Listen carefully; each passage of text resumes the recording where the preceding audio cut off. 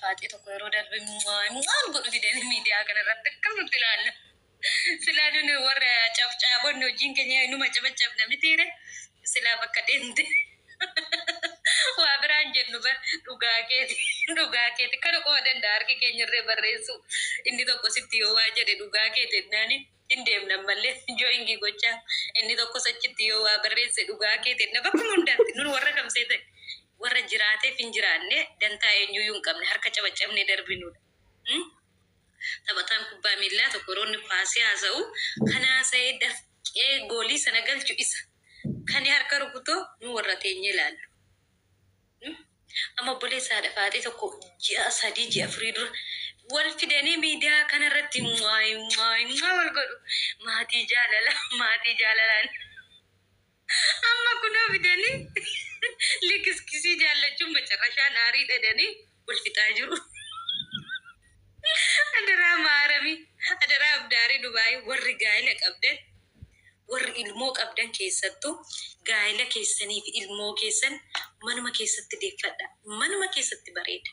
Walla gaa'ellii fi ilmoon fi manuma keessatti. Bultoo kee miidiyaa irra fidi. Amma kunoo warri kiisa wal godhan kun amma asirratti galgala shiroo magaarii wal faana nyaatanii bulanii wayin isheen saalaa bulti inni sireera bulti. Wayin isheen soofaarra saalaa bulti wal jijjiiranii bulu. Milkoo deemi liqimsi. Dhuguma bar warri lubbu anuma shinii akkuma buna kana jaalladhu akkasuma wal godhu miidiyaa kanarratti wal fidan akkasumatti ilaalla silaanuu warra cabcaabin. Achi takka turaniyo ana xallaqat. Bultoon keessan mana keessatti singaa simboaarseera dayyuu seen siif galu sii gala dayyuu sitti homaa siin galle mooyyu madaamiin girgiddaatti isaa dabaltu maadaa kilshee gaaficha gurri si banama. Taap koppi linki godhame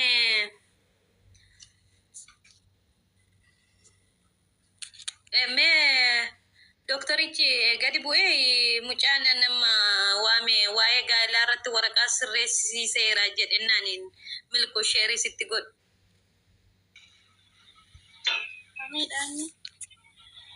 Hin bu'ee Hamzaa moo eenyu jedha namichichi? Hin miliqe. Maammaduu bara kanaa saddu hunduma qabannu dhabne hin miliqe bara. Hin miliqe bara. Namicha ammaa ijoollee argitanii hin deemeem.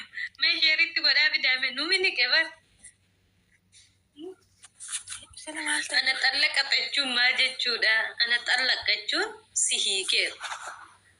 Dayyuusa biyya Arabaa teessee afaan Arabiffaayyuun beektu si hiikeera jechuudha.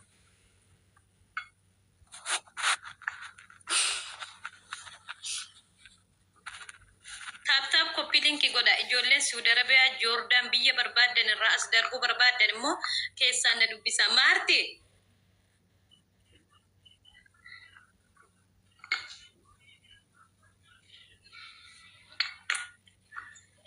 yes madam.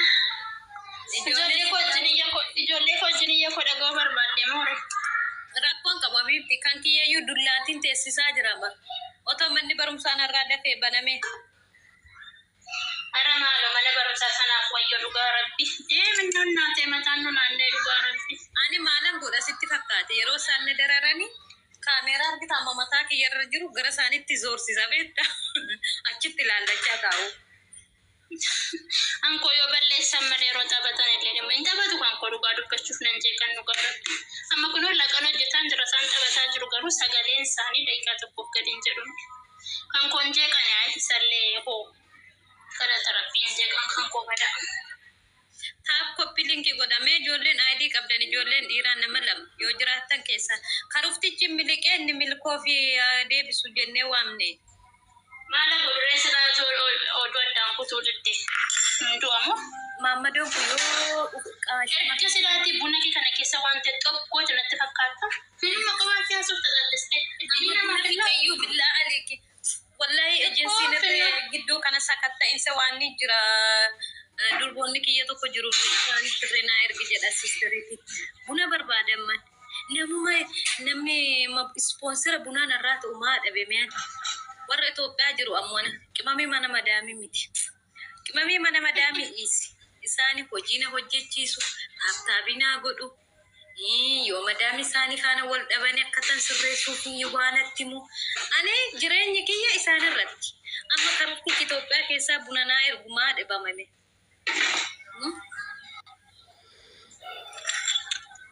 Kiiloon birrii 1,000 bareedu. Maalirra birriin 1,000? Birrii 1,000. Kiiloon birrii meeqa?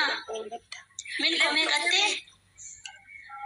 Lefiqiri gidduu kana deebiti natti fakkaata. Meeshee dubbisame imootiin. Okay, fikir sawun. Yaa. Taap koppiliin keessaan. Nagaatiidha. Akka maanni nagaadha? Jala nama fiddaa. Nama afaan beeku ta'uu qaba garuu. Itoophiyaadha fidduu. Itoophiyaa marraayyuu shamarran afaan beektu. Haaradha. Laa lubbu. Haaraan laa. Nama hin qabdu nama haaraa gara biraa fiddu. Nama siin fida jechuun salphaadha. Garuu asitti qaraamaa keessa yoo galte. Madaamoon nama ijoollee afaan beekan. Itoophiyaarraa as darbuun immoo akka duraa miti ulfaateera. Garuu bakka biraarraa as darbuu malee amma Itoophiyaa galtee Itoophiyaarraa as darbuun kirlaansi poolisii sirreeffachuuf qofa. Baasiin hin cufamatu hin ta'ini.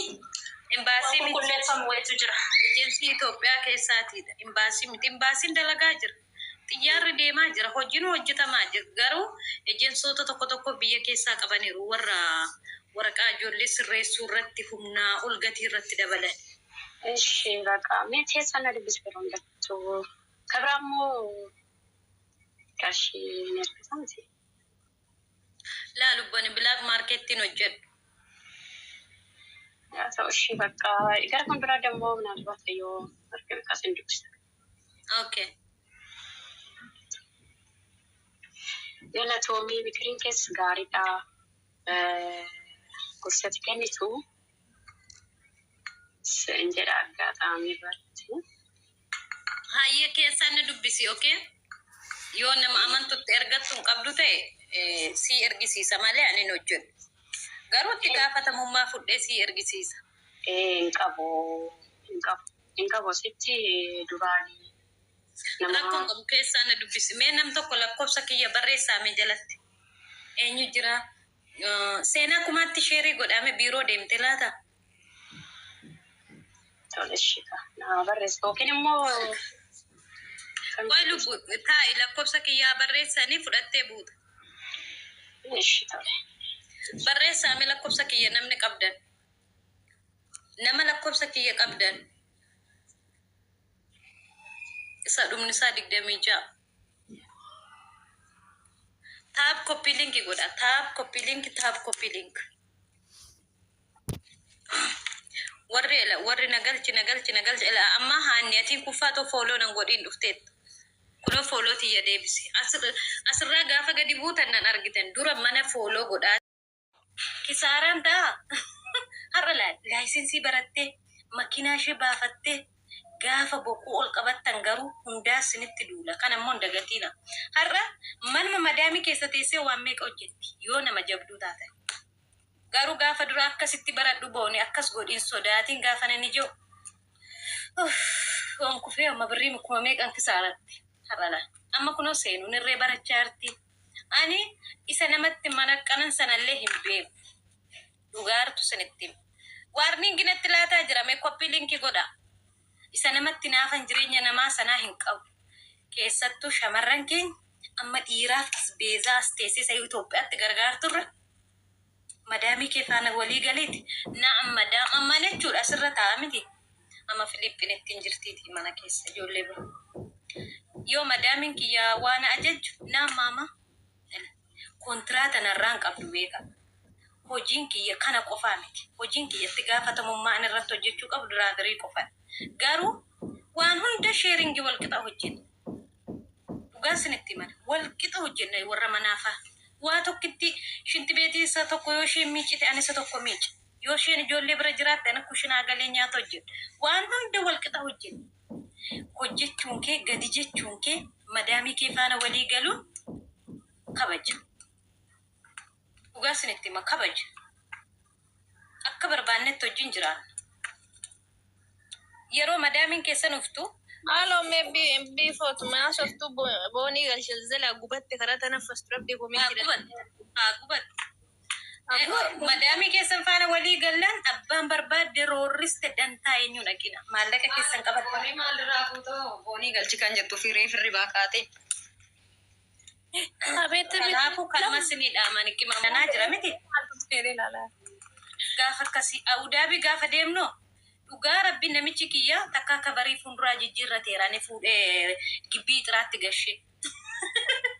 Yeeta abbaatu qabeenya nama fuutee kellaatti gashita. Maal goone sitti fakkaate niitii faana walii galee ana bichaa miti ijoolleen Abudaabii baratan mana namicha kiyyaa warri jiran amma hundi isaaniiyyuu baratanii. Gibbii keessa jira miti gibbiin bal'aadha iddoo paarkingii konkolaataa dhaabatu otoo hin taane gibbiin bal'aadha. Bakkee nuni gibbii keessatti harka hiikkannee kaameeraa cufne. Gaaf tokko kabarii fuudhee gallaxee marraachi buuse. Gin hada kallaxinaan jedhee akkas gochuun qabdu jedhee lammaffaa immoo inni gaaficha nutti dheekkame kaameeraa cufuu ga'e. Kana qofa. Isaan ala harka hiikkadhee waan hunda erga fixee mana barumsaa dhaqee. Fakkeenyaaf boonii ishee teekaandoo barsiistu sana beektaa? Booni ishee teekaandoo barsiistu sana. Isheen mana barumsaa yeroo dhaqxu kan obboleessa ishee makiinaa dhooftee deemti. Garuu ganaa mana barumsaa immoo baratti. Laal. Isheen irree dura manatti fixxe. Sijjammar makiinaa oofuun tireeningii namanni bubiiftu. Ijoolleen eessatti argaati beektaa?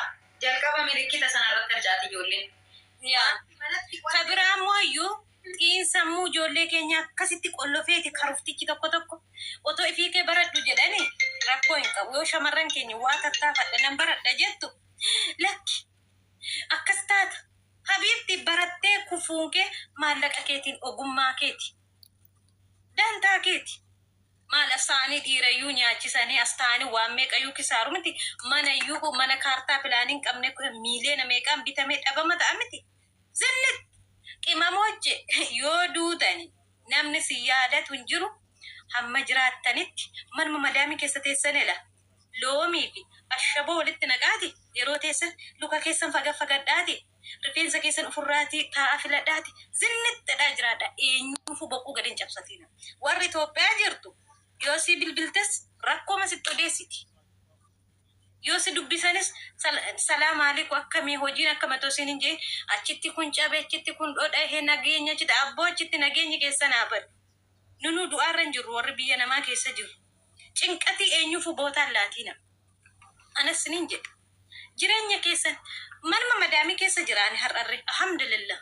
Garuu cinqatii kan ijoollee keenya baay'ee sammuu ishee miidhee akka isheen namaa gaditti akka bifti ishee namaa gaditti fudhatte hankana booddee an nama ta'uu hin danda'u jettee kan gad uf deebistu maali? Cinqatii sammuudha. Dhugaa isinitti cinqatii sammuu waan akka sammuun kee miidhamurra maallaqaan miidhamuu si wayya. Cinqatii keessaatii baha. Har'a jiraannaa keessanii fi bor jiraannaa keessanuu hin beennu bara amma biiftuun kun asii yeroo baatu kushinaa keessa dididididididid. Kanuma keessayyuu gaaziin dho'ee hillimna gochuu danda'a. Kana maal cannaqa? Dhugaa ilmoo qabdaa? Ilmoo kee barsiisan. Sinitti namni ilmoo qabdan ilmoo kee barsiisan. Gaa'ila ganaa godhatta hiriyaa tokko dhaabbataa godhadhuuti maallaqatti erguu dhiisiiti kabajaan faana jiraadhu. Gaa'ila kee dhumadhu bes. Isaan ala eenyuun tokko akkasitti kun hir'ate jireenyumti guutuu hin jiru qassan billaa. Jireenyumti guutuu tokkittiin hin jiru. Yoo carraa argattan immoo yoo madaamiin keessan nama taatu taate immoo ji'a lamatti mana madaamota ijoollee firaa jiru miti. Fakkeenyaaf ani namichi kiyya haadha warra lama qaba. Ani ishee hangafa miti eegoo bira jira. Isheen hangafti Abudaabii jirti. Ijoolleen Oromoo achi jiru. Intalli Adaadaati biyya kana keessa jirtu jirti. Yoo dandeessan ijoolleen Adaadaa keessan ijoolleen firaa jiru miti. Madaamii kee gaafadhuuti. Kabajaatiin yoo isheen si eeyyamti ta'e guyyaa tokko gadi bahii ofirraatii shayii makee dhugiitii uffatuma kee ofirraa jijjiirradhu gadi bahiiti raha jedhii deebi. Mana madaamii ishee tokko baatee obboleettii makee bira mana madaamii ishee tokko deemtu. Yoo isheen si eeyyamti.